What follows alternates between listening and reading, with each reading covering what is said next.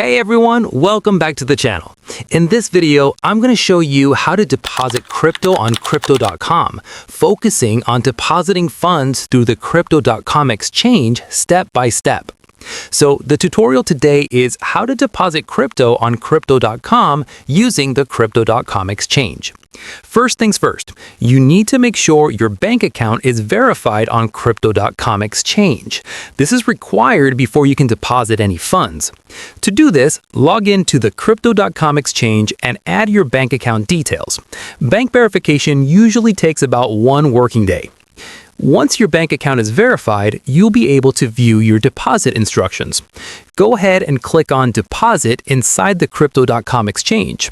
This will show you the details you need to send funds from your bank to Crypto.com.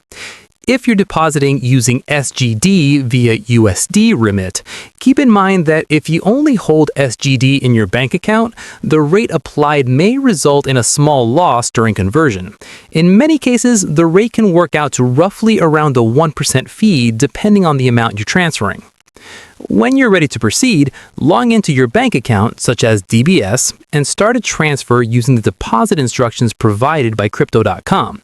Make sure you carefully enter all the required details exactly as shown, including the beneficiary information and reference details.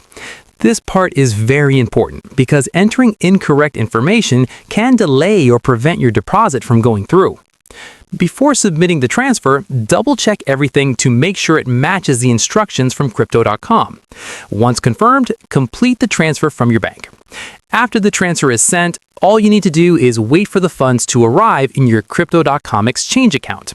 Processing times can vary depending on your bank and location, but once the funds are credited, you'll be able to use them to trade or convert into crypto on the exchange. And that's it. That's how you deposit funds and get crypto onto Crypto.com through the Crypto.com exchange.